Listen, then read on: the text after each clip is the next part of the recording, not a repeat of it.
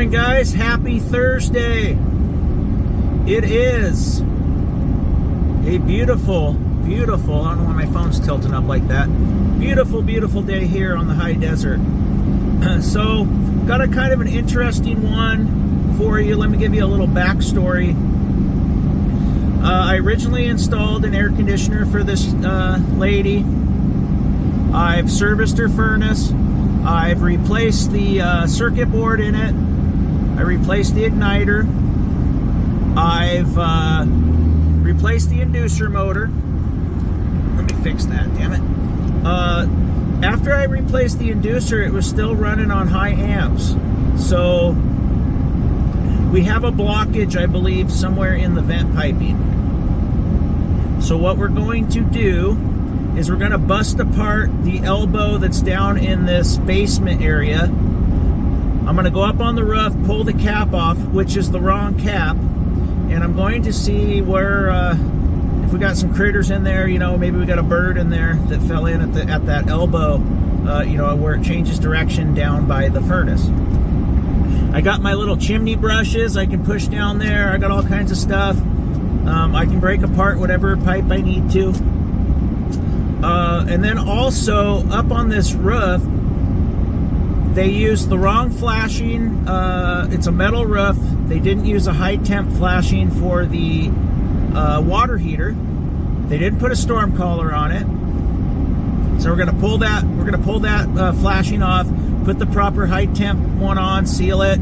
Put a storm collar on it. And then on the furnace vent, they used a China cap, which is probably why we have a critter in there, because it's open, you know, it's open to the air. They could easily fly in there, a bird or whatever. So I got a good new cap for it. So we're gonna swap that cap out. So, and then after I'm done with all that, I'm going to take a look at her air conditioner, give it a quick little maintenance. It's a fairly new install that I did, so I'm not too worried about it. I'm going to hose off the coil, you know, check some temps, you know, check the capacitor, check the contactor, and go about my day. So that's what we're doing today up here in Madras, Oregon, up on the plateau. I'll see you out there. Okay, guys, I got all my goodies here. I got my 26 gauge 4-inch smoke pipe. I got some 26 gauge elbows. I got all my stuff for the roof here. I got my cap. I got my 2 storm collars. I got my high temp boot that I'm going to replace for that water heater. I got my rope there that I'm going to throw up over the top and find something to tie to on the other side so I can pull myself up and harness myself. But first thing we're going to do, I'm going to take my hammer. We're going to go down and bust that vent pipe loose down in the basement.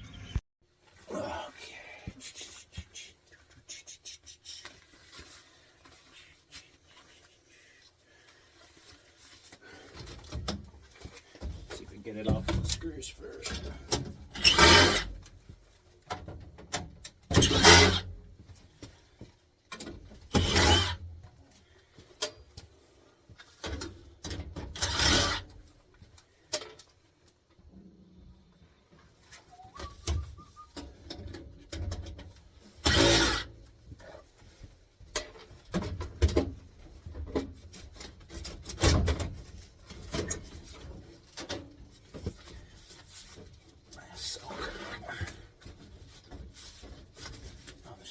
Back there.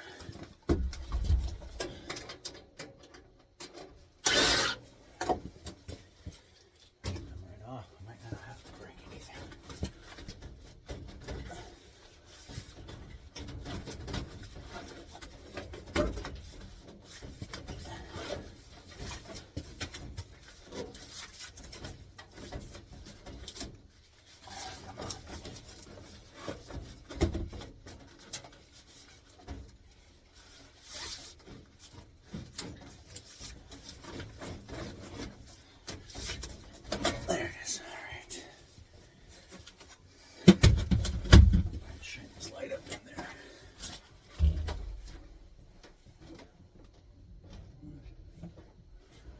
She looks open. Is anything in there? Let's So, don't have anything in there. That's free. We shine that up in there. That's free. So, don't know. I don't know. We'll vacuum out this guy too and make sure he's all clear. And we'll go do the roof stuff first. But I'm gonna vacuum that out real good. See if we have anything blockage inside of there. All right, guys. I got my ladder set up. Always go 2 rungs above where it makes contact. That's code. That's safety. OSHA safety, I should say. Let's climb on up here. I don't think I need to do the rope. I think I will have enough traction here that it's dry. Yeah, I'm not worried about falling off this. At the least, maybe I'll just tie something around that and hoist myself off. Obviously, this one's right here, so that's easy. But we're going to go up, put the storm collar on that, get some caulking, storm collar, cap, caulk it all up all nice, and then we'll get working on this guy. Real easy stuff. I can just put the vent pipe back together. We'll check our amperage on our inducer again. Okay guys, I am a complete dummy. So this guy right here is actually the bath fan. So it's fine, as long as they have a damper on the fan. Obviously that's done incorrectly, but here's our actual furnace vent, and it's done properly. It's done properly. I was dumb. Why that inducer is running high amps, I don't know. We're going to check out where I mounted the inducer and at least clean that up, make sure that it's free. I didn't notice anything when I had the old one pulled off down there, but yeah, I'm dumb. I don't need to use these. That's done properly, and it's all sealed off. So false alarm there. Not worried about it. We'll go deal with the water heater over there. Get that flashing swapped out. So, and put a storm collar on it. And on this bath fan, I mean, look at that. Look at that gap right there. I'm at least going to seal that. Since it's a bath fan, I'm going to take some of my Volcom. I'll go get my caulking gun and I'll seal that up real good. I don't have that size of storm collar, but if I Volcom that up real good, it'll be better than it was. Look at that. You guys walk away from this. Trying to cause leaks in people's homes. Yeah, so I think this will probably be too big. Yeah, maybe. Let's yeah, it'll be too big because this is made for a 4-inch B vent. This is a single wall here, so we'll just go get my Volcom and we'll caulk that up real good. Still fix that one. Ugh, guys, don't put your hands on stuff if you don't know what you're doing. All right, try not to slip down the roof as I do this video. You see, we're all sealed up there good. So what you want to do is apply a ton of this crap on there. It's Volcom, made for outside. Good stuff. Only use it on pipe that's not going to get hot. And sorry. And then get it on there real thick, and then lick your finger and tap it and push it down in there real good. Okay? We don't want this stuff leaking. That's how you do it. Let's move on to the water heater vent.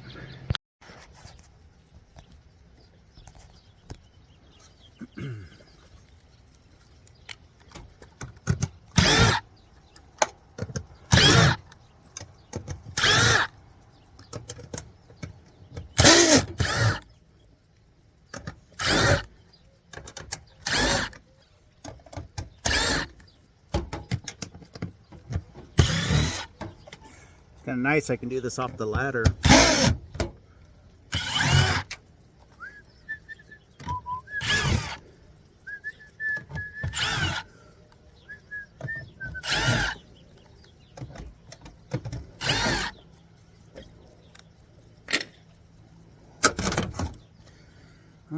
Let's get this cap off of here.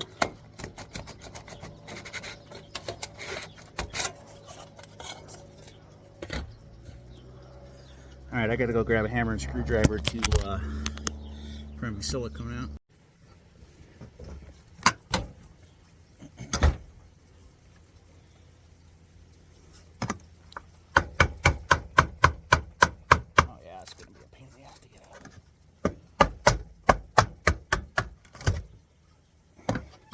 get it started.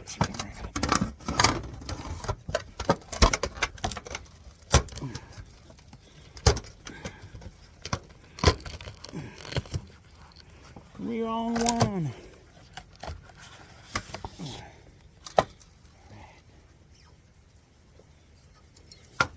Beautiful. All right, guys, I got the old one off here. So now she sits. I'll try to chip up as much of this old silicone as I can, and then we'll put this high temp one here, the one that's supposed to be here, up. And they shouldn't have cut. Another thing they did wrong is they cut this too big. You want to leave it a little bit smaller than your pipe, so this will hug around it. Then I'll put my storm collar over the top. We won't have any issues with this.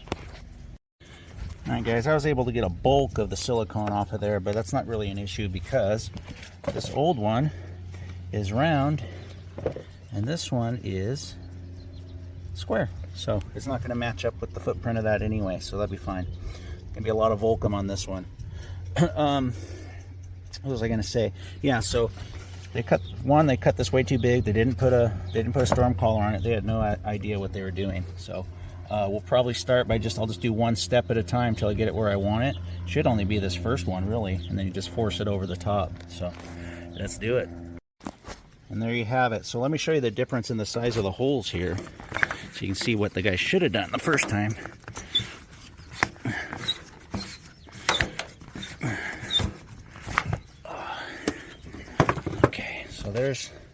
There's that one. I don't know if this will translate via video. And there's that one. Look how much bigger a hole he made. That's foolish. So let's get him slid over. I'll get him screwed back down. Okay, guys. You don't want to skimp on screws on these. I used a lot of screws. I used about 8 more than they had in the other one. In a perfect world, I wouldn't be doing that right there. But you know, these flashings, it has a little gasket underneath there, and I'm gonna gob it up real good. I mean, look what they did here. I can't do much about that. I'm not a metal roof guy. And it does have composite shingles underneath the metal, so you know, kind of a second layer. But what I'm gonna do is I'm gonna gob it up real good, get all my screw heads. First thing I want to do, you want to take your hammer and hammer this thing down flat as you can before you start siliconing. I'll show you what it looks like when I'm done. Alright, guys, I gopped it and I worked it in there real good using the finger licking method and pushed it down in there real good. It's not ideal, I understand, it's ugly, but I don't want this to leak, okay? We're making chicken salad out of chicken shit here. So you know, it's okay. What they're probably going to want to do is have it looked at every couple of years. I'll look at it when I come out and do system maintenance, make sure we don't have any cracks in it, but it's a hell of a lot better than it was before. So it is what it is. You know, it looks like that because I went around the perimeter of it and then I covered all my screw heads. So I know I'm going to get some comments about how I'm a hack for just gobbing up silicone on a metal roof, but not much I could do in this instance other than them hiring a roofer to come in and go around it again. But with the job they did before, I don't really trust them. So I'm going to go ahead and put my storm collar on here, seal it up with my high temp gutter stuff there because it's going to be touching that pipe, and put the cap back on, and we're done on the roof. I'll go put the vent pipe back together by the furnace, and then we will we'll go check out that air conditioner. And there you have it, guys. Properly sealed high temp lead flashing with a storm collar. Got the cap on. I even tacked the screw in it. They didn't have any screws in it before. That'll keep it from flying off. I can't wait to hear the hey Josh, that's ugly comments. That's an ugly job, but hey, we're trying to keep stuff from leaking here, okay? It was leaking before, had to have, with that loose boot on there. Check out the video from a couple weeks ago, I think it was. But yeah, she's all good now, 100%. And then I didn't have a storm collar that size, but he's all gooped up with Volcom. Didn't have anything on it before, and it was like that for a couple years. So much better now, guys, much better. All right, guys, I got my shop vac. I got my meter here to double check the amps on the inducer. But let's Let's clean this guy up first and see what we got. I have to go get some more screws, possibly. Nothing in there, and they did it right, so I don't know. Let's clean it up.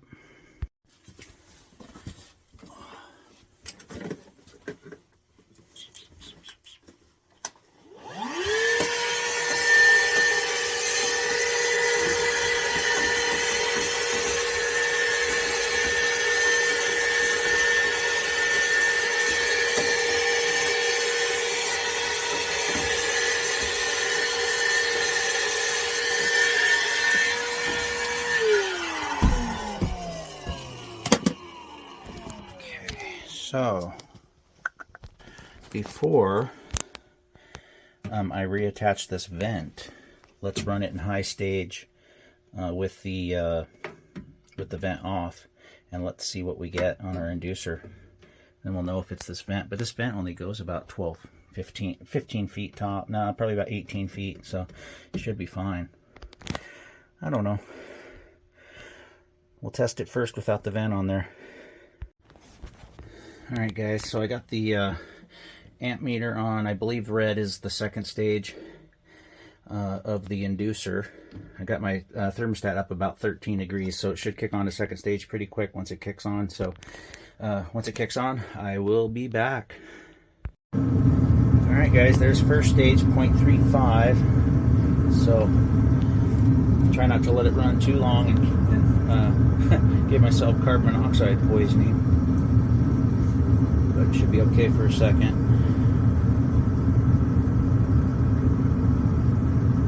I really shouldn't. There, I'm going to put the vent. There it goes.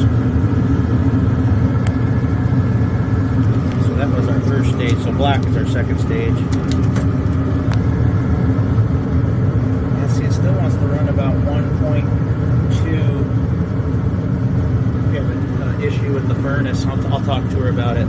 I don't know anything about it. I mean, there's got to be some sort of restriction inside, right? Do you guys know anything about internally in the combustion chamber that would cause that to happen? I mean, it only pushes that direction, so I don't know. I looked in there when I replaced it, and it was fine. So I don't know. 1.15 is where we're at. I'm gonna go ahead and get that vent connected. All right, guys. I went ahead and turned it off. I got my vent pipe back there. I talked to one of my colleagues, and he said sometimes if you're a little bit too close to these inducers, it'll give you a high amperage reading. So I'm going to try and hook my clamp meter on further down the line here. I'll make sure I'm on the right wire. Oh, let's see, it's that one. Follow it down here. Looks like it's... Could pull a wire tie, but I'm not going to. It's that one right there. So let's see what we got once she kicks on the second stage, which happens pretty quick actually. I'll be back once it starts up. Okay guys, there's second stage, 1.10. Boy, I don't know. Maybe we have a heat exchanger issue somewhere where it's not getting the proper pressure. Could have a breach or something. I already checked for carbon monoxide. We don't have that, so but we could still have, you know, a crack. It's a positive or negative pressure. So I don't know. 1.08 and its max is 1.0. What do you guys think? Should I roll with it? All right. I just hate when things aren't underneath their rating, but we're 1.08 steady, 1.08, 1.07 at a motor that's rated at 1.0 amps. So we're talking about 8/100ths of an amp over. Worth worrying about, you guys, you think? What do you think? And I don't know how a crack in a heat exchanger would cause that either. But you know, this stuff's all pressure dependent, so I don't know. Haven't seen this one before. Usually it's a blocked flue or you got an issue with the inducer wheel or something. So I don't know. We're gonna put that on the back burner for now. I'll do some more research. Maybe you guys can help me. And I'm gonna go start working on that AC. Check this out. There is Mount Hood, largest mountain in Oregon, right there. And right behind her shed here is Mount Jefferson. Let me walk over. Oh, we can catch the edge of the Three Sisters too. Right there. Live in a beautiful place here, especially nice views up on this plateau. Let's see. Oh, there she is. Mount Jefferson right there. That's the second largest mountain in Oregon. So we got Jefferson, Mount Hood, and we got the Three Sisters. Those are all about mid 9,000 feet. Over 10,000 feet is the tallest one. Mount Jefferson's almost 11,000 feet, and Mount Hood is 11,200 something, I think. Alright guys, here we are at the AC. So like I said, I installed this a couple years ago. It is the Ameristar M4 AC 3030 2.5 ton unit B1000NA. Serial number says, I don't know how to read those serial numbers. Serial number says whatever. So get my locking caps. I'm not going to put my gauges on normal maintenance like this. I don't put my gauges on because all you can do is contaminate it. Let's check the contactor, let's check the capacitor, and of course kill the power first, and then we will run it. I'll probably run my hose on it, try to get these needles out of here, clean it up a little bit, but we'll get our temperature split, and we're gonna call it good on this because everything's in pretty good shape. Even the inside, there's a few needles in there. We'll probably pull the lid and spray it out real good. All right guys, we got a separate capacitor for the compressor and a separate one for the fan. Let's pull our wires and check it out. We'll check out the compressor first, then we'll do the fan. All right, our compressor capacitor here, Herm, is rated at 40 microfarads. They put that number real nice and big for you. Let's see what we got.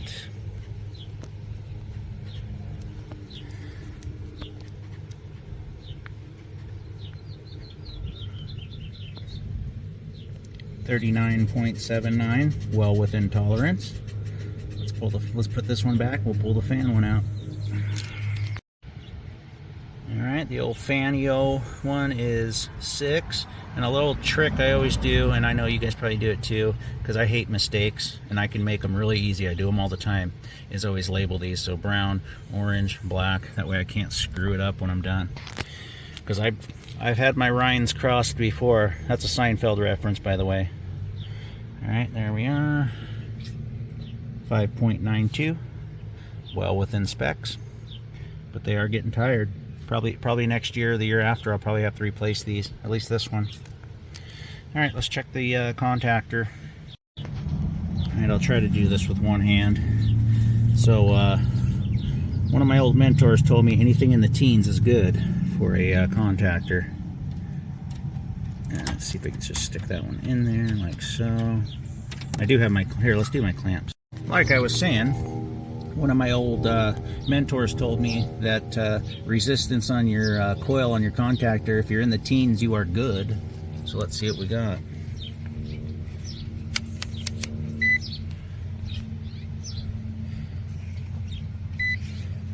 $17.2, 17.1, 17.2.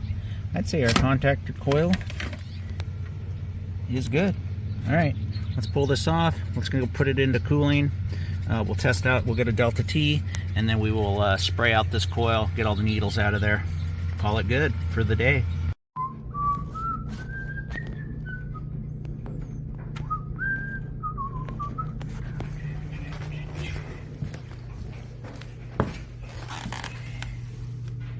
Should start dropping.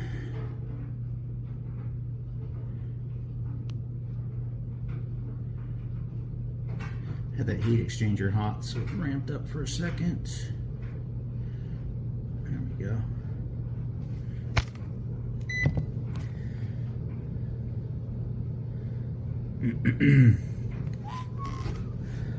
Should drop to about 45-ish.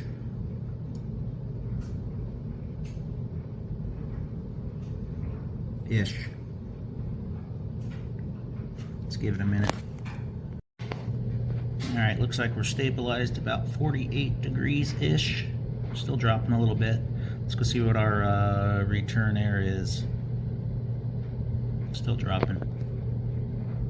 Call it 47.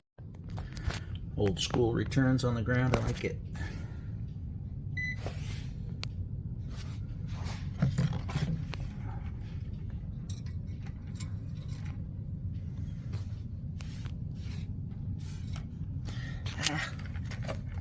Come on.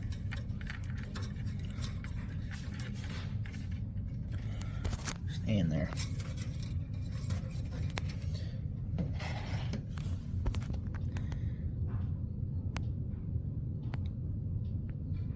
Huh. 17 degrees.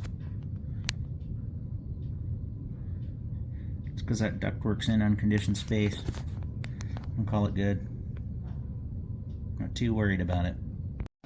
Alright guys, so I got my hose here with my spray nozzle. Before I pull this lid and clean this, I want to talk to you about that temp drop that we were getting in the cooling.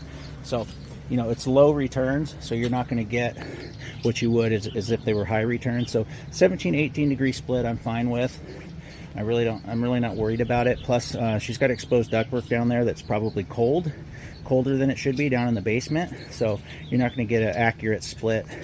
But 17 to 18 with those two factors, you know, a low wall return and colder ductwork, we're fine. So I know this thing's working the way it's supposed to. All right, let's hose this guy off. Take some of this stuff out of here.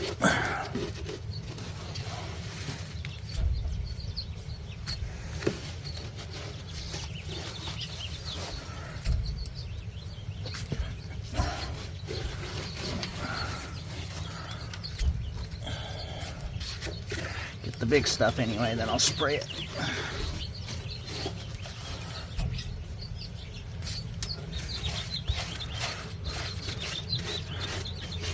I'm gonna do a pile.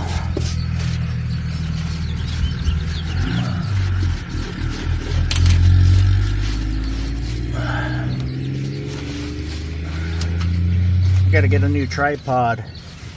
So I'm basically just having to prop my phone up on the edge so you can't see everything. I apologize.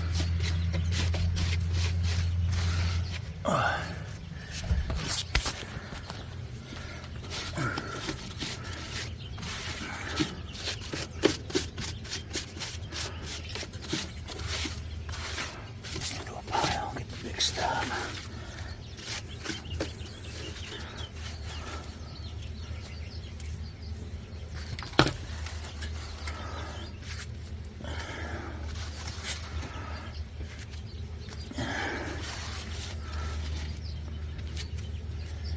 I'm gonna go get my shop vac.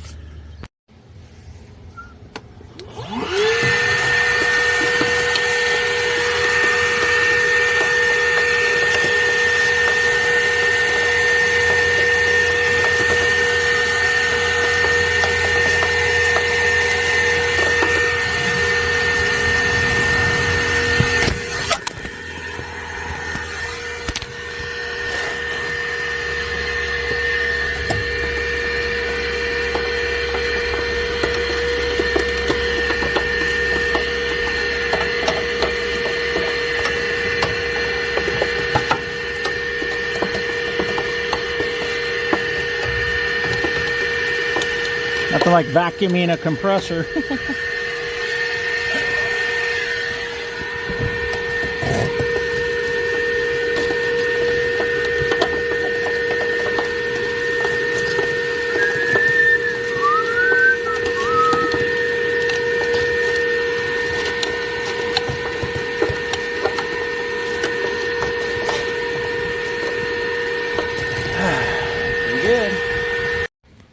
Guys, I got the entire coil all sprayed off all nice.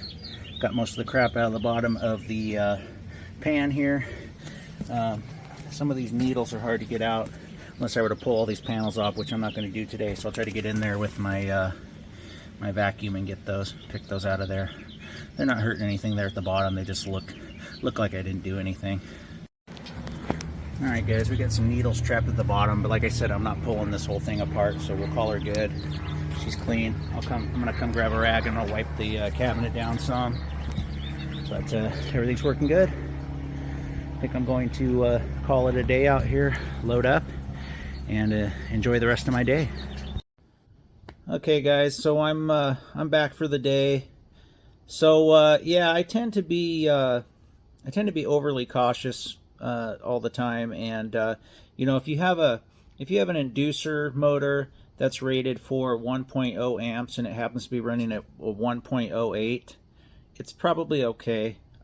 Why it's running right at its max, I don't know, but after talking to a colleague of mine and just thinking about it a little bit more, you know, there's probably some tolerance built into those ratings, so nothing to worry about. You know, if it was like 1.2 or 1.4, you know, something where it was, you know, 1/10 of an amp or something over, then we might worry about it some. But the fact that it's 8/100ths of an amp over probably isn't anything to worry about. So just wanted to clarify that here at the end of the day. But hope you guys enjoyed the video. And you know, like I said, I'll be doing this every day. If you haven't yet, hit that subscribe button, hit the like button every time you watch a video. I really appreciate it. Gets more people watching the videos. And that's it for today. I'll see you tomorrow.